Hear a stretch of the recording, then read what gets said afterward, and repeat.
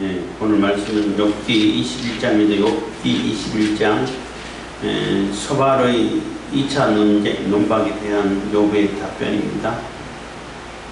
소발의 2차 논박에 대한 욥의 답변에서 소발과 엘리바스, 빌닷 이 세 친구들은 자꾸 반복하는 얘기입니다만 한 가지 논리로 계속 그 모든 사정 상황을, 모든 상황이라든지 모든 일어나는 일들을 그 한 논리에다가 다 끼워 맞추어가지고 억지로 집어넣어서 해석하려고 하는 그러한 고집을 피우는 것이고, 이것도 고집이죠. 욥은 현실을 보라는 얘기예요. 그렇지 않다. 그 한 가지, 너희들이 주장하는 그 한 가지 논리만 있는 게 아니라 이 현실 속에서는 너무나 많은 일들이 벌어지고 우리가 이해할 수 없는 일들이 많이 일어난다. 좀 다르게 표현하면은 하나님의 섭리하심을 우리가 다 알 수가 없다. 이런 얘기를 하고 있는데, 너희들의 논리대로라면은 지금 이 현상에 불공평하고 불합리한 이 세상 일들, 이거 어떻게 해석할 거냐는 거예요. 너무나 이게 앞뒤가 안 맞는다는 거죠. 그래서 제발 내 얘기 좀 들어보고, 그러고 가타 부타 얘기를 하든지 조롱하든지 해라. 제발 좀 내 얘기 좀 들어봐라. 이 간곡한 부탁을 하고 있는 거예요. 21장에서는. 저도 한동안은 그런 경험도 있었습니다만은, 사람들이 참 내가 듣고 싶은 얘기, 그러니까 내가 하고 싶은 얘기, 듣고 싶은 얘기만 듣고, 하고 싶은 얘기만 하고, 그래서 내가 가지고 있는 그 프레임, 그 틀을 벗어나면은 아예 안 들으려고 하는 이러한 습성들이 사람들이 많이 있어요. 특별히 이제, 저는 이렇게 성경 말씀을 이렇게 많이 묵상하는, 또 말씀을 전하는, 어쨌든, 성경에 대한 나름대로 그러한 전문적인 입장이 있다고 볼 수 있는데, 성경 말씀이 있고 성경을 전체적으로 구조를 이렇게 생각하다 보면은 지금까지 들어보지 못했고, 지금까지 발견하지 못했고, 사람들이 잘 가르치지 않는 그런 구조가 보일 때가 있어요. 그런 구조라든지, 그러한, 뭐라 그럴까, 그 말씀에 그 깨달음이 있어가지고, 그것을 이제 나는 나름대로 감동하잖아요. 이런 진리가 있고, 이런 메시지가 있었어. 해가지고 이렇게 기쁘고 또 흥분된 마음으로 알려주려고 하는데, 그 듣는 자들은 아예 안 들으려고 해요. 그래서 제가 얘기하고자 하는 얘기를 끝까지 들어보고, 그래, 그렇지, 하든지, 아니면 왜 어떻게 그런 얘기였죠, 그거 어떻게 논리적으로 해서 맞아, 이렇게 근거를 가지고 비판을 하고, 또 보완을 한다든지 하고, 이렇게 논쟁이 되고 서로 토론이 되는데, 내가 무슨 얘기를 딱 꺼내면은 그거는 말이야, 이래서 이랬기 때문에 이런 거야. 내가 얘기하고자 하는 얘기하고는 전혀 딴 얘기를 해놓고 다 이미 결론을 내려버려요. 그럼 나 그게 아니고 내 얘기를 좀 들어보면, 다 알아. 다 아니까 얘기 안 해도 돼. 아니, 다 알면은 내가 하고자 하는 얘기를 한번 얘기해봐. 그러면 하는 얘기를 못해 딴 얘기를 할, 그 얘기가 아니고 내 얘기를 제발 좀 끝까지 듣고, 그러고 아니면 아니다, 맞다, 왜 아니면 왜 아닌지, 동의하면 왜 동의하는지, 이래야 말이 되는 거 아니냐. 이렇게 해가지고 논쟁하고 싸울 때가 좀 있었어요. 그러다 이제 어느 정도 지나가지고 이제 어떤 때는 논쟁을 끝까지 한 때도 한 번이나 두 번 정도 있고, 그 이후로는 포기를 해서 그냥 이게 사람들이 들으려고 하지는 않는구나, 스스로 깨닫는 것 외에는 방법이 없겠구나. 아예 거기에 대한 그 틀을 가지고 있지 않은 사람에게 얘기하면은 잘 먹혀들고 잘 알아들어요. 그래요? 그랬어요? 그렇군요. 이렇게 된다고. 그렇게 되는데, 이미 그 자기들이 기존에 갖고 있는 틀을 갖고 있는 그 형식을 갖고 있는 사람들은 그것을 벗어나면은 견딜 수가 없어 하는 그런 경향이 있지 않나 이런 생각을 하게 되더라고요. 근데 그런 거는 그 선입견이고 편견이고 뭐 그런 거잖아요. 그거 다 버려야 돼요. 그리고 객관적으로 있는 그대로를 볼 줄 아는, 보려고 하는 그런 습성을 가져야 되고, 뭐, 갑자기 요한계시록 얘기가 생각나서, 요한계시록도, 이렇게, 강해를 할 때에, 기존에 있는 틀을 계속 고집을 해. 전천년설을 계속 고집을 하면서, 거기 모든 것을 끼워 맞추려고 그래. 안 맞아요, 전천년설. 그래서 제가 이렇게, 요한계시록 강의하긴 했습니다만은 그 요한계시록에 있는 그 구조를 그대로 있는 그대로를 보려고 하면은 참 좀 더 우리가 쉽게 이해할 수 있고 우리 현실에 적용할 수 있을 텐데 그게 참 잘 사람들이 안 되는구나 이런 생각도 하게 된 것입니다. 어쨌든 이 욥기 21장입니다. 욥이 대답하여 가로되 욥이 이제 대답하는 겁니다. 너희는 내 말을 자세히 들으라. 이것이 너희의 위로가 될 것이니라. 그래서 너희가 내 말을 자세히 들으라. 그래야 너희에게 스스로 위로를 된다는 얘기 아니라 너희들이 나를 위로하러 오지 않았냐. 그럼 내 얘기를 자세히 들어봐야 내 얘기를 듣고 아 이렇구나 하고 거기에 대해서 조언을 해줘야 너희들이 하고자 하는 위로가 될 거 아니냐는 거예요. 내 얘기 들어보지도 않고 내 상황을 살펴보지도 않고 결과만 가지고 너는 이래 너는 이렇기 때문에 이런 거야 빨리 이렇게 해. 그게 무슨 도움이 되고 위로가 되냐는 거예요. 그러니까 내 얘기를 끝까지 좀 들어보고 그래서 그걸 근거로 해가지고 위로를 찾아야 너희들이 하고자 하는 위로 나에게 하고자 하는 위로가 되지 않겠냐 하는 얘기가 되는 거죠. 그래서 너희는 내 말을 자세히 들으라. 이것이 너희의 위로가 될 것이니라. 3절 나를 용납하여 말하게 하라. 내가 말한 후에 또 조롱할지니라. 그래서 내가 말하는 거 내 얘기를 제발 좀 끝까지 좀 들어보고 조롱하려면 조롱하고 아니면 아니라 그러고 또 뭐 동의하면은 아 그렇구나 하고 뭐 공감을 해주든지 어쨌든 내 얘기를 좀 끝까지 좀 들어보라는 얘기예요. 그렇게 간곡히 부탁하는 겁니다. 4절 나의 원망이 사람을 향하여 하는 것이냐 내가 어찌 초급하지 아니하겠느냐. 그래서 내가 지금 원망하는데 사람에 대해서 사람 앉혀놓고 누구 그 사람을 대상으로 내 얘기 좀 들어봐. 내가 이러한데 너 어떻게 그럴 수가 있냐고 사람을 원망한 거 아니지 않냐고. 하나님께 호소하고 있는 것이고 하나님께 단식을 쏟아놓는 것이고 도무지 이 상황이 이해가 안 되니까 이해할 수 없는 상황이니까 좀 이해할 수 있도록 하나님께서 응답해 주시라고 막 탄원을 하고 심지어는 원망하고 그러고 있지 않냐는 거예요. 그래서 하나님의 뜻을 하나님의 응답을 기다려야 하는데 하나님께서 또 침묵하시고 아무 말씀 안 하죠. 이러니까 하나님은 말씀 안 하시지 대답 안 하시지. 너 또 친구들은 말도 안 되는 것 말도 되지 않는 걸 가지고 계속 공부하지. 이러니까 내 마음이 초급하다는 거예요. 초조하고 급하다는 얘기죠.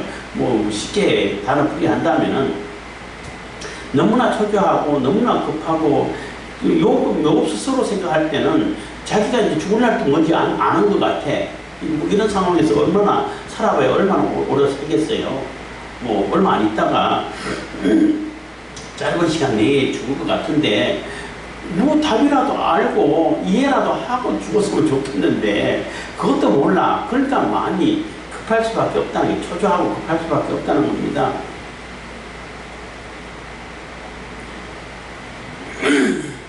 네, 5절입니다. 너희는 나를 보아라 놀라라 손으로 입을 가리오라. 그래서 나를 좀 보고 현실 자체를 보라는 얘기예요. 현실 자체를 보고 이 현실에 대해서 어떤 상황인지 보고 놀라고 어떻게 이런 일이 있을 수 있지 어떻게 이런 일이 쏟아질 수 있지 하고 놀라고 손으로 입을 좀 가려서 말 좀 아껴서 하고 가려서 아무 말이나 함부로 하지 말아라는 얘기인 거죠. 그래서 상황을 제대로 살펴보고 현실을 직시하고 그래서 이 현실이 어떻게 이렇게 된 거지? 그럼 차라리 모르면 모르겠다 하고 가만히 차라리 있는 게 그게 위로가 되는 게 아니냐 하는 거죠.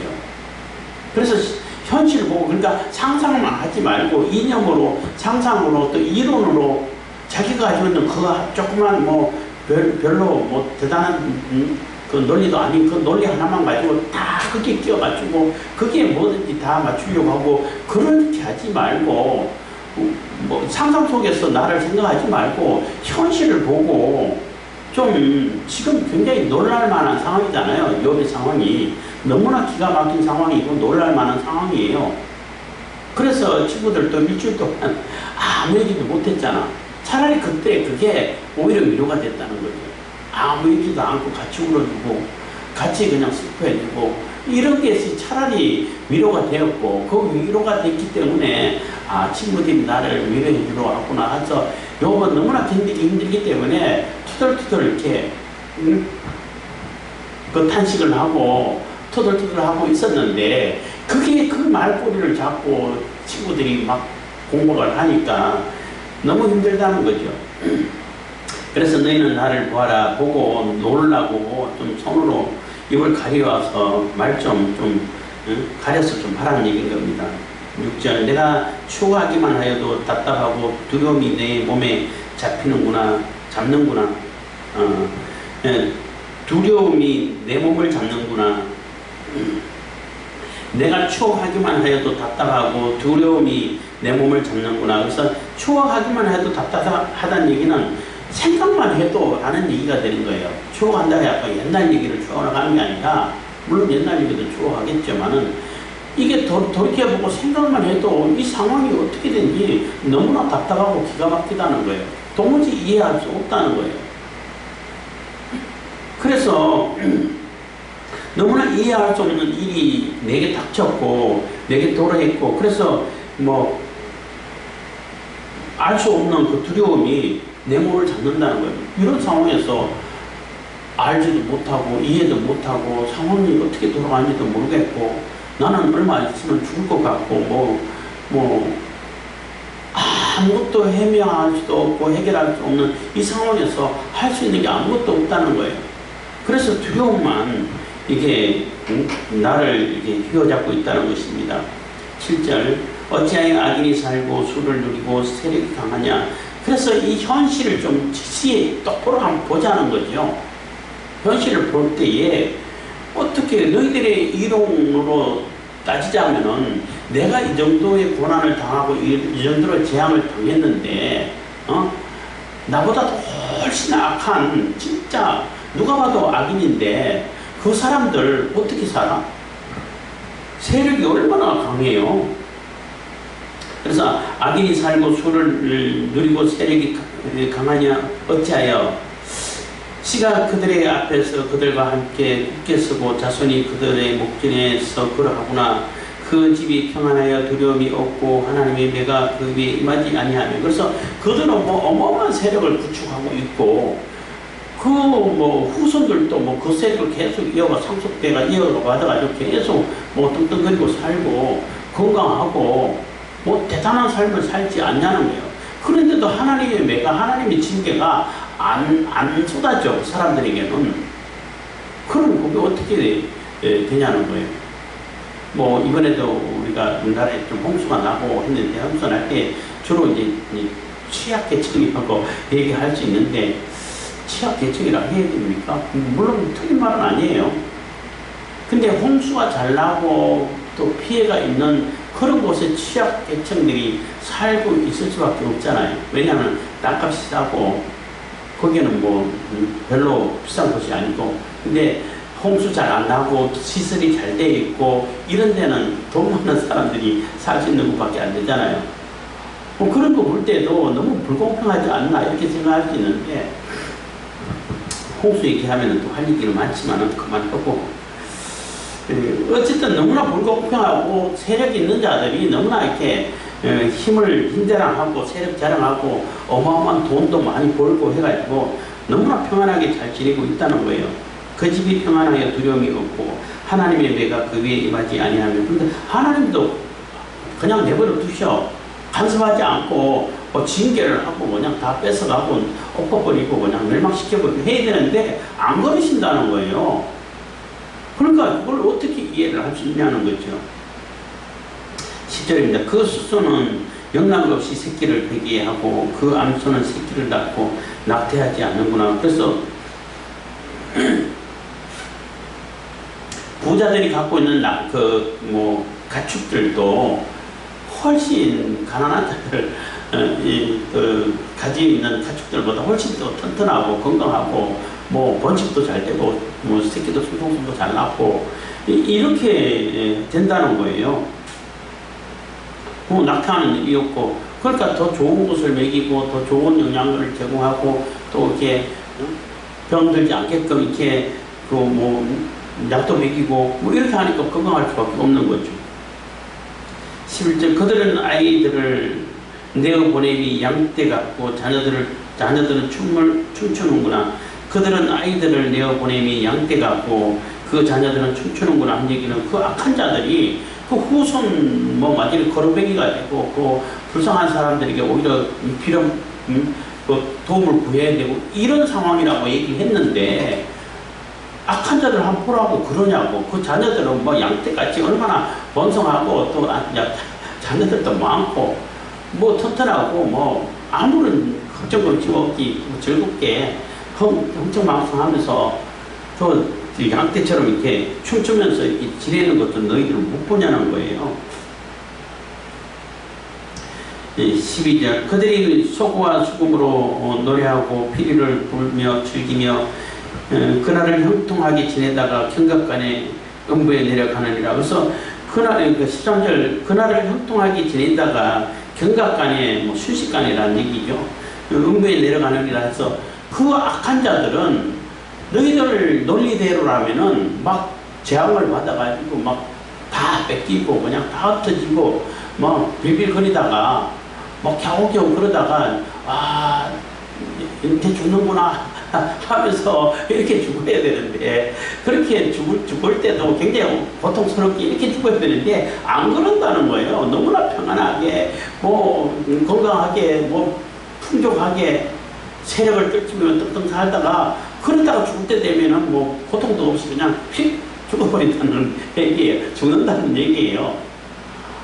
저 사람들은 악인이기 때문에 죽는 것도 너무나 고통스럽고 어렵고 이렇게 갈 줄 알았는데 안 그런다는 거지. 너무나 평안하게 지내다가 죽을 때 되면 그냥 죽게 된다는 거예요. 14절 그러할지라도 그들은 하나님께 말하기를 우리를 떠나소서 우리가 주의 도리 알기를 즐겨하지 아니하나이다. 그래서 그렇게 지내면서도 그들은 오히려 하나님을 경외하고 하나님의 의를 따르고 공의를 실천하고 이렇게는 그냥 오히려 하나님 제발 좀 간섭하지 말아주세요. 우리를 떠나세요. 나 하나님 그거 생각하기도 싫고 그거 나 귀찮아서 못 지키고 우리하고 상관없으니까 그거 강요하지 마세요. 오히려 그런다는 거예요. 그래서 우리를 떠나서서 우리가 주의 도리 알기를 즐겨하지 아니하나이다. 하나님의 도를 알았으면 뭐 할 겁니까? 하고 오히려 그렇게 얘기한다는 거죠. 15절 전능자가 누구기에 우리가 섬기며 우리가 그에게 기도하는데 무슨 이익을 얻으려 하는구나 해서 전능자 하나님 누구야? 하나님 있어? 하나님 필요 없어. 이러고 있다는 거죠. 그래서 기도 왜 해? 내가 하면 되는데 내가 가지고 있는 돈, 권력을 가지고 권세를 가지고 돈의 능력을 가지고 하면 다 되는데 뭐 기도가 필요해? 그래서 비판하는 사람들, 기도하는 사람들은 능력이 없어서 얼마나 못났으면 기도하고 앉았을까? 이렇게 비판해요. 그렇게 비판하는 것도 잘못이지만은 기도를 몰라서 그래요. 실질적으로 기도한다고 하는 기독교인들이 많이 했겠지만은 본인 형태들을 보게 되면은 아무것도 안 해. 자기는 아무것도 안 해. 할 생각도 없어. 그러고 기도만 한다는 거예요. 그러면 돼요? 그건 하나님 욕먹이는 거예요. 그거는. 응? 100% 믿음만 있으면은 자동으로 다 될 거야. 그렇게 생각하고 있다는 거예요. 그거는 미신이야, 미신. 그러니까 그런 행태를 사람들이 자꾸 보이다 보니까 기도하는 사람들은 능력이 없고 지지교도 못 나가지고 쩔이라 그러죠. 속된 말로. 걔네들이나 하는 거지 능력이 있고 힘든 사람 기도 안 해. 이렇게 비판해요. 근데 진짜 기도는 그게 아니에요. 정말로 기도하는 사람은 내가 최선의 노력을 다 하면서 그 노력, 인간의 한계를 뛰어넘을 수 있는 능력을 우리가 이룰 수 있단 말이에요. 근데 인간의 능력을 뛰어넘는다는 얘기는 인간의 능력까지는 내가 최선의 노력을 해야 되는 거거든. 그렇잖아요. 그러니까 기도 안 하는 사람들은 인간의 능력, 뭐 쉽게 조금 그들의 입장에서는 돈의 능력, 권력의 능력까지는 그들이 할 수 있어. 근데 그 넘어서는 그것을 초월할 수는 없단 말이에요. 인간의 한계를 뛰어넘을 수는 없어요. 근데 하나님께 기도하는, 진짜 기도하는 사람들은 그거 정말로 전문가가 되고 전문적인 지식을 가지고 사람들이 볼 때도 굉장히 전문적이고 인테리어고 또 뭐랄까 굉장히 이게 또 이렇게 박식하기도 하고 그러면서도 저거는 인간이 할 수 없는 능력을 나타낸다 하는 사람들이 진짜 기도하는 사람인 거예요. 제가 자주 말씀드리는데 한국교회 교육이 잘못됐다고 자꾸 얘기를 했는 이유 중에 하나가 뭐냐면 교육을 너무 잘못시켰어. 계속 미신적인 그런 신앙을 심어주고 기복신앙이라고 그러죠. 그런 교육만 시켜왔기 때문에 뭐 예배 잘 드리고 기도 열심히 하고 기도만 열심히 하면 아무것도 안 해도 돼. 세상 일은 하나님께 맡겨. 너희가 하나님의 일을 열심히 하면 하나님이 너희들 일을 다 해줘. 뭐 완전한 틀림만은 아닙니다만은 그게 이분법으로 교회 예배당 안에서 하는 일은 하나님의 일이고 회사 일이라든지 내가 내가 하는 장사라든지 내가 하는 공부라든지 이거는 내 세상 일이야. 거기에 얽매이지 말고 하나님 일에 열심히 하라고. 그래서 자기 일을 그냥 팽개쳐 놓고 교회 하는 행사에 있으면 열심히 쫓아다니고 자기 일은 돌아보지도 않고 이런 모습을 너무 많이 보여왔어요. 그러니까 일이 잘 될 수가 없잖아.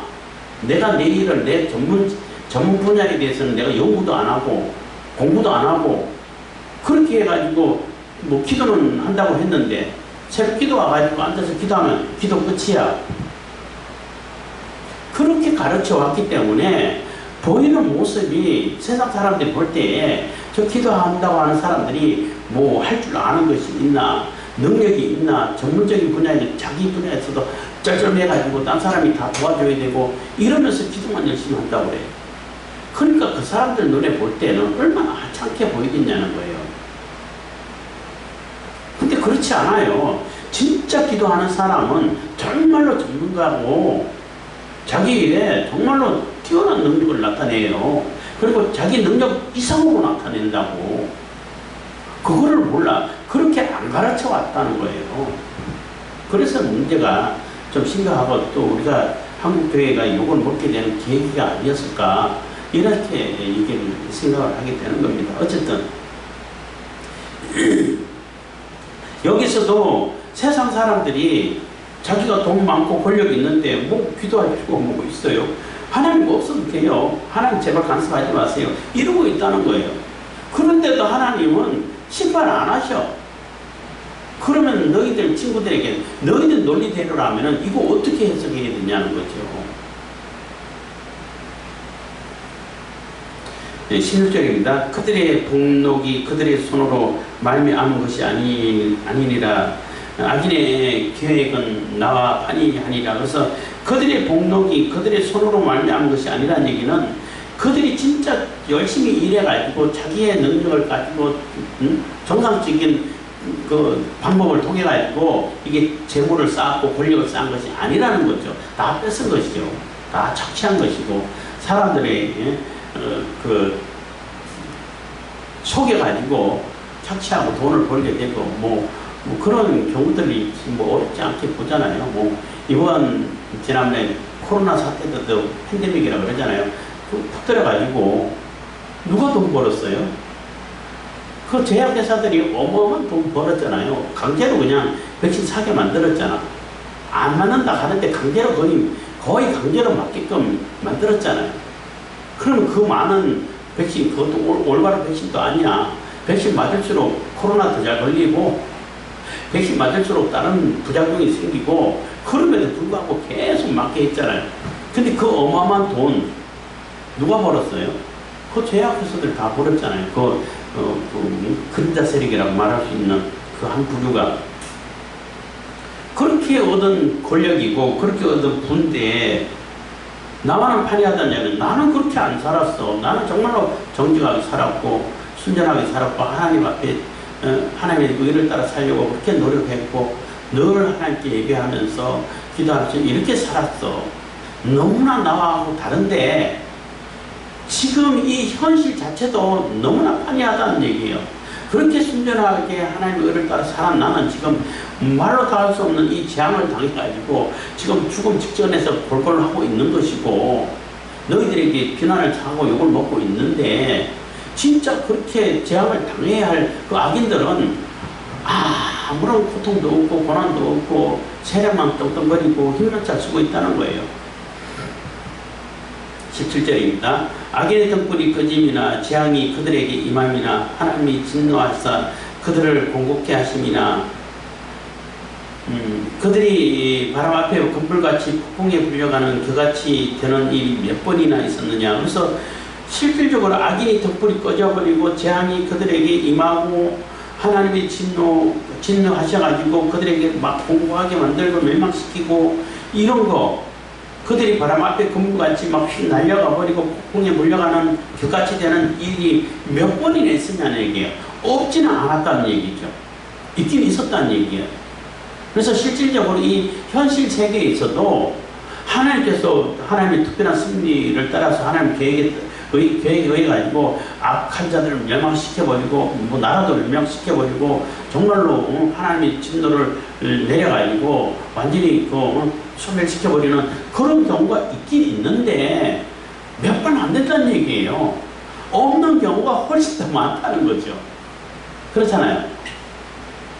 그런 일이 있기는 있는데 몇 번 안 되고 너희들 한번 세봐 손가락에 꽂을 정도밖에 안 되지 않냐는 거예요. 근데 지금 현실 속에 있는 악한 자들은 너무나 많은데 그들은 왜 다 일률적으로 똑같이 그렇게 진노를 안 하시냐는 거죠. 응?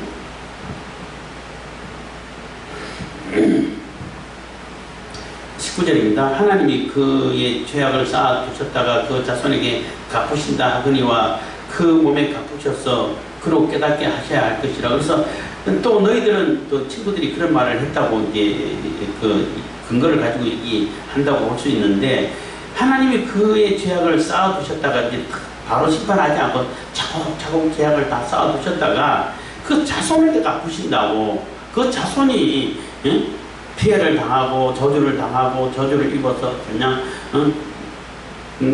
유리걸식하고 이렇게 된다고 너희들이 얘기를 했는데 그게 무슨 소용이 있냐는 거예요. 응? 그럴 게 아니라 그럴 거면은 차라리 자손에게 갚을 게 아니라 그 당사자에게 갚아야 그 당사자가 깨달을 수 있지 않냐는 거예요. 그렇잖아요. 당사자에게 너 이놈 너 그렇게 살면 안 돼 하고 하나님께서 진노를 내리고 재앙을 내려가지고 이러면 안 되는구나 이렇게 깨우쳐야 그렇게 해야 돼야 그들이 깨닫고 할 텐데 그러지도 않아. 자손에게 저주를 내리고 재앙을 내린들 이미 그 사람은 선조로 갚아버렸는데 뭐 어떻게 깨달아. 그리고 실질적으로 또 많은 경우에는 자손에게도 안 갚으시잖아 하나님이. 그거 이거 어떻게 해석을 해야 되냐는 거죠. 응? 20절 자기의 멸망을 자기의 눈으로 보게 하시며 전능자의 진노를 마시게 하셔야 할 것이니라. 그래서 하나님께서는 하나님의 진노를 그들 당사자에게 내리셔가지고 실질적으로 눈으로 보고 경험하고 하게끔 만들어야 그들이 깨우치고 다음에는 그렇게 안 살고 딴 사람이 볼 때도 저렇게 살면 안 되는구나 이렇게 될 텐데 그렇게 하지 않으신다는 거예요. 21절 그의 달수가 지나면 자기 집에 대하여 무슨 관계가 있겠느냐. 그래서 그의 달수가 지난다는 얘기는 살 날이 이미 다 끝났다는 얘기예요. 그 당사자가 악인 그 당사자가 포악을 행하고 다 이렇게 사람들 죽이고 또 빼앗고 그래야 부를 이만큼 쌓고 권력을 쌓은 그 당사자가 살 날이 다 됐어.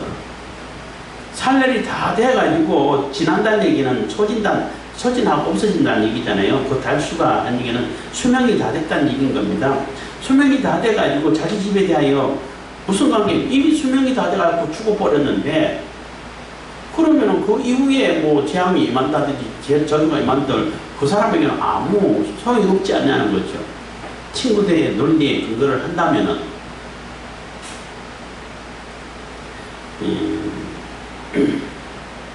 22절입니다. 그러나 하나님은 높은 자들을 심판하시나니 누가 능히 하나님께 지식을 가르치겠느냐. 그렇지만 하나님께서는 높은 자들, 여기서 높은 자들은 여러 가지 의견도 있는데 천사들이라고 이렇게 해석하는 학자들이 제일 많아요. 천사들은 인간들보다 훨씬 이렇게 그 능력이 많고 또 이렇게 천사들은 우리 사람들만큼 죄를 짓지도 않았고 물론 타락한 천사들은 이렇게 쫓겨나서 하나님 심판을 기다리고 있지만은 그런 존재들까지 다 하나님께서 심판하시는 자들인 분이신데 높은 자들은 결국 그러니까 하나님의 결국에는 다 심판하실 분이라 하신다는 거죠. 이게 이 현실 상황에서는 잘 안 맞지만은 최종적으로 가가지고 종말에 가가지고는 예수님께서 재림하실 때는 다 하나하나 따져가지고 심판하신다는 거예요. 천사들까지 타락한 천사 사탄이라고 말할 수 있는데 그들을 다 심판하신다는 거예요. 그런데 그렇게 하나님께서는 그 높은 자들도 다 심판하고 높은 자들에게도 다 따져가지고 멸망을 시키고 이렇게 하나하나 다 따지고 하실 그러한 전능자이신데 그 전능자에게 누가 가르친다는 얘기는 하나님 왜 이 사람들에게 심판 안 하세요? 이 사람은 왜 가만히 내버려 두세요? 이 일은 어떻게 이런 일이 있을 수 있습니까? 하고 따질 수 있는 사람이 누가 있겠냐는 거예요. 응? 그렇게 하나님은 어떻게 가르쳐? 하나님께서 다 계획하신 대로 그대로 실행하고 계시는데 하나님을 감히 누가 가르칠 수 있어요? 천사들도 심판하시는 그런 분이신데 인간 주제에 안 그래요? 그렇게 하시는데 그 하나님이 그렇게 다 주관하시는 하나님이 그 악인들을 그냥 내버려 두죠. 그거는 어떻게 해석해야 돼요? 그 하나님만 아시고 하나님께 그냥 심판을 맡겨야 되지. 너희들 논리를 가지고 그렇게 잣대 갖다 대면은 해석이 안 되지 않냐는 거예요. 23절 어떤 사람은 죽도록 기운이 충실하여 평강하며 아니라고. 그래서 어떤 사람은 죽을 때까지 병 하나 안 하다 골골하지도 않아 고통도 안 받고 가난하지도 않아 이렇게 살다가 죽는 사람도 있고 아니라며 24절 그 그릇에는 저지 가득하며 그 골수는 윤태가 있고 그래서 먹을 것도 풍족하고 떨어지지 않고 부족함이 없고 이렇게 살았다는 겁니다. 근데 어떤 사람은 죽도록 마음에 고통하고 복을 맛보지 못하였어도 이 둘이 일반으로 흙 속에 눕고 그 위에 구더기가 덮이는구나. 그래서 어떤 사람은 너무나 풍족하게 부자와 나사로 비유해처럼 그렇게 살다가 그 사람도 결국 죽고 어떤 사람은 지질이 못나서 지질에 공상 떨다가 고생하다가 그래서 그 사람도 죽어. 똑같이 다 죽어. 어차피 똑같이 다 죽는데 어떤 사람들은 너무나 풍족하게 너무나 세력을 누리고 이렇게 사는 사람이 있는가 하면은 어떤 사람은 너무나 가난하고 너무나 고통스럽게 지옥을 살다가 결국 지옥 죽게 되는 그런 사람들이 있다는 거예요. 그거 왜 그러는데? 그래서 너희들이 얘기하는 것처럼 악인이기 때문에 지옥 같은 삶을 살다가 고통당하다가 크게 죽고, 의리이기 때문에 풍족함을 살다가 풍족하게 누리다 죽고, 그렇지 않다는 거예요. 너희들, 그러니까 친구들이죠. 친구들이 논리로는 그렇게 돼야 그게 맞는 건데, 이 현실은 안 그렇지 않냐는 거예요. 너무나 죄도 없는데 고통당하는 사람들이 많이 있고, 너무나 큰 죄를 지었음에도 불구하고 떵떵거리고 사는 사람들이 많고, 이 현실을 똑바로 한번 보고 좀 놀라고, 너 지금까지 그런 말도 안 되는 그런 조그만 논리 가지고 다 아는 것처럼 하는 그런 얘기, 네 입 좀 막아, 입을 좀 가려, 이 얘기를 하고 있는 거거든요. 27절, 내가 너희의 생각을 알고 너희가 나를 해하라는 계획도 아노라. 그래서 내가 너희들 생각, 너희들 가지고 있는 그 논리, 그거 다 그 정도는 누구나 다 안다고 뭐 여러 번 얘기했잖아요. 짐승들 다 실제로 그렇게까지 막 비교를 했는데, 나도 다 알아. 그 정도의 논리는 누구나 다 가지고 있지. 응? 그래서 그 논리 가지고 나를 자꾸 악인으로 매도해가지고 나를 괴롭히려고 하는 거, 그까지도 내가 다 안다는 거예요. 28절, 너희의 말이 왕후의 집이 어디 있으며 악인이 거하던 장막이 어디 있느냐 하는구나 해서, 왕후의 집이 어디냐, 너희가 왕후처럼 살았잖아. 욥이 그렇게 잘 살았잖아요. 굉장히 존경을 받고 동방의 의인으로 추앙을 받으면서 굉장히 가장 큰 부자로 왕후의 집처럼 궁궐처럼 이렇게 살고 있었는데, 너희들이 말하기를 그거 지금 어디 있냐는 거예요. 다 없어져 버리지 않았냐. 악인이, 이게 여기서 악인은 욥을 얘기하는 거예요. 그 하던 장목도 다 날아가 버리지 않았냐. 자식들도 다 죽었고 다 무너져 버리고 그러지 않았냐는 거예요. 그렇게 얘기를 하는데, 29절입니다. 너희가 길 가는 사람들에게 묻지 아니하였느냐, 그들의 증거를 알지 못하였느냐. 그래서 길 가는 사람들에게 붙잡고 한번 물어봐라. 내가 너희들이 얘기한 것처럼 그렇게 악하게 살았는지, 그렇게 나쁘게 살았는지 한번 자꾸 물어봐봐. 길 가는 사람 한번 자꾸 물어봐봐. 그들의 증거도 좀 들어보고 그런 것 좀 얘기 좀 해봐 하는 얘기가 되는 거예요. 악인은 30절, 악인은 남겨워서 멸망의 날을 기다림이 되고 멸망의 날을 맞으러 끌려나감이 된다 하느니라. 그래서 결국은 악인은 남겨져가지고 막 괴로움을 당하고 재앙을 당하고 해가지고 멸망의 날을 기다릴 수밖에 없는 그런 멸망의 날을 맞으러 가는 그런 사람이 된다고 이게 하는데, 현실은 안 그렇다는 거죠. 물론 이 말이 틀린 말은 아니에요. 악인은 결국 멸망의 날을 기다릴 수밖에 없어요. 누가 능히 그의 행위를 면박하며 누가 능히 그의 소유를 보호하려마는 그를 무덤으로 매어가고 사람이 그 무덤을 지키리라. 그래서 막 악한 자, 너희들을 얘기할 때는 악한 자는 재앙을 당해가지고 막 결국은 무덤으로, 죽음으로 끌려가가지고 처참한 상황으로 이렇게 악인이 멸망한다고 그러는데, 실질적으로는 또 영적으로 볼 때는 그게 맞는 말이긴 하죠. 어쨌든 겉으로 볼 때, 이 육신적으로 볼 때는 그렇게 한다는데 안 그런다는 거죠. 그 사람들이 죽을 때는 평안하게 죽었어도 그 무덤을 어마하게 화려하게 꾸미고 대단하게 꾸미고, 심지어는 그 무덤조차도 보초를 세워가지고 지키게 한다는 거예요. 그게 악인들의 모습이야. 그래서 그를 무덤으로 매어가는 사람이 그 무덤을 지키리라.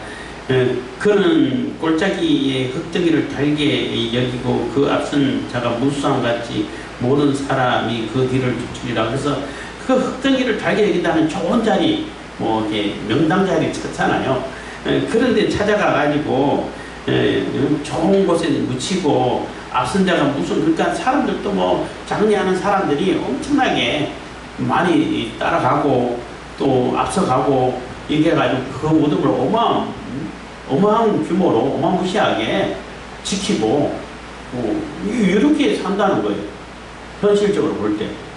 그러니까 너희들의 30살에는 이러한 정도니까 너희의 위로가 헛되지 아니하냐, 너희의 대답은 거짓뿐이니라 해서, 그런 상황인데, 이 현실은 그런 상황인데, 너희들이 인과응보 그 논리를 가지고 기계적으로 도식적으로 그냥 딱 무조건 거기에 끼워 맞춰.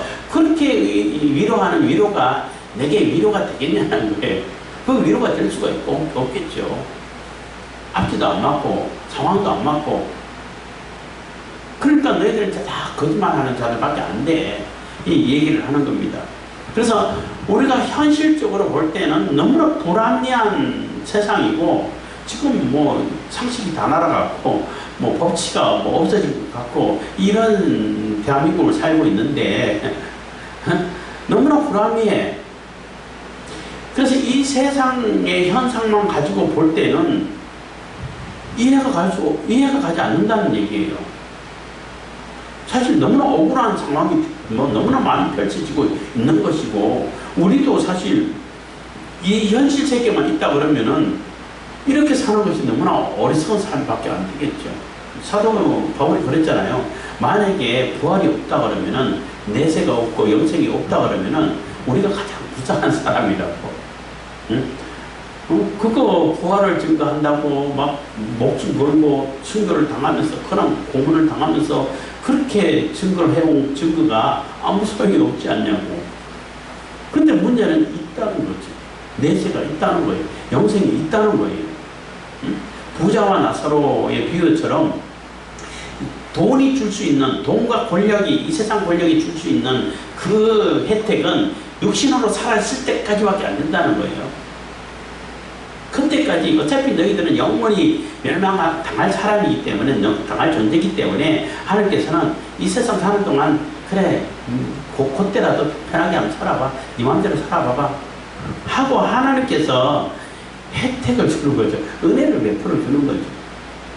앞으로 고생해야 할 그 날이 영원하게 기다리고 있기 때문에 지금이라도 그래 네 마음대로 한번 살아봐 하고 내버려 두시는 것이지, 하나님께서 그냥 안 계셔가지고 그들을 벌하기 싫어가지고 안 하는 것이 아니라는 거예요. 영원한 세계가 있고 영원한 영생이 있고 또 하나님의 영원한 심판이 있고 영원한 생명이 있기 때문에, 영원한 성이 있기 때문에 거기에 맞춰가지고 하나님께서는 이 세상을 운영해 갈 때에, 에스겔에서 얘기한 것처럼 악한 자들이 망하기를 하나님께서 원하지 않는다는 거예요. 지금이라도 돌이켜서 회개해가지고 돌아오는 것을 기뻐하시지, 그대로 그냥 망하게서 죽어버리는 것을 안 기뻐하신다는 거예요. 그러니까 안 기뻐하시지만은 끝까지 안 돌아오면은 심판하셔요. 안 기뻐한다 해가지고 악인들 그대로 그냥 영생을 살도록 하지 않으신다는 거예요. 안 기뻐하실 뿐인 것이지 심판하셔요. 그러니까 지금이라도 돌아오라는 거죠. 그래서 우리가 무슨 얘기를 할 때도 마찬가지고, 내가 가지고 있는 그 지식이 전부다라고 생각하면 안 되고, 하나님께서 원하시는 것이 무엇인가를, 성경에서 말하고자 하는 것이 무엇인가를 우리가 파악해서 우리가 하나님의 영광을 나타내는 도구로, 하나님 뜻을 실천해가는 그러한 도구로 사는 것이 합당한 삶이 되는 거예요. 이번 주일날 요한복음 할 때 하겠지만은, 하나님의 일이 뭐냐 이렇게 질문을 했을 때 예수님께서 하나님께서 보내신 인자를 믿는 것이다, 하나님의 아들을 믿는 것이 하나님의 일이다, 이렇게 말씀하시거든요. 그때도 말씀드리겠지만은 시간이 좀 갔습니다만은 좀 더 얘기를 하자면은, 이게 히브리 사람들에게, 이스라엘 사람들에게 그렇게 얘기하면 다 알아들어. 믿음이라 그러면은 믿음의 실천과 믿음의 결과까지 다 포함해서 생각하기 때문에, 하나님께서 보내신 인자를 믿는 것이 하나님의 일이라 그러면은, 하나님 예수 그리스도를 믿고 영접하고 예수 그리스도를 믿음으로 그 믿음에 실천하고 믿음의 결과를 이루어가고 그 믿음 안에서 행하는 모든 일들이 하나님의 일이 되죠. 그게 하나님의 일 맞아요. 맞는데 한국 사람이나 헬라 사람들에게는 그렇게만 얘기하면은 오해를 해요. 믿는다라고 생각하는 것이 믿음이라고 생각한다고. 예수님만 믿으면 하나님 일 당하는구나. 나 예수님 믿어요. 그리고 아무것도 안 해. 그렇게 가르쳐 왔어요. 그러니까 이 일이 되는 것이 없죠. 믿으면 그 믿음의 실천을 해야 돼. 그게 믿음이에요. 실천을 하게 되면 믿음의 결과가 나타나요. 자연스럽게 열매가 맺혀요. 그게 하나님의 일이라고. 그래서 내가 예수 그리스도를 믿고 믿음을 가지고 행하는 일들이 다 하나님의 일이야. 예배당에서 하는 일만 하나님의 일이 아니고 내가 하는 직업, 내가 하는 장사, 내가 하는 일, 전문적인 일 다 하나님의 일이에요. 하나님 믿음을 가지고 하나님의 영광을 나타내기 위해서, 하나님의 영광으로 쓰임받기 위해서 일을 실천해야 되는 거예요. 그게 하나님의 일이에요. 근데 지금까지 그렇게 안 가르쳐 왔거든. 한국 교회에서는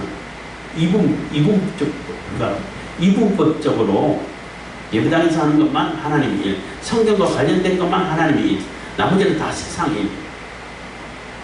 이렇게 가르쳐 왔기 때문에 사람들에게 조롱을 받는 거예요.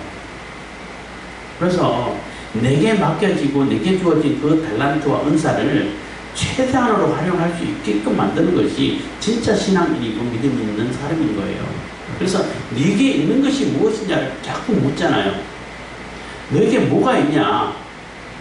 그걸 가지고 하나님께서는 배가시키고 역사를 하시는 거예요. 그래서 우리가 하나님의 복된 사람으로서의 하나님께서 기뻐하시는 성도로서의 삶을 온전히 살아갈 수 있기를 바라겠습니다. 기도하겠습니다. 사랑해 주신 감사합니다. 이 시간에 노래와 보내 주신 감사드립니다.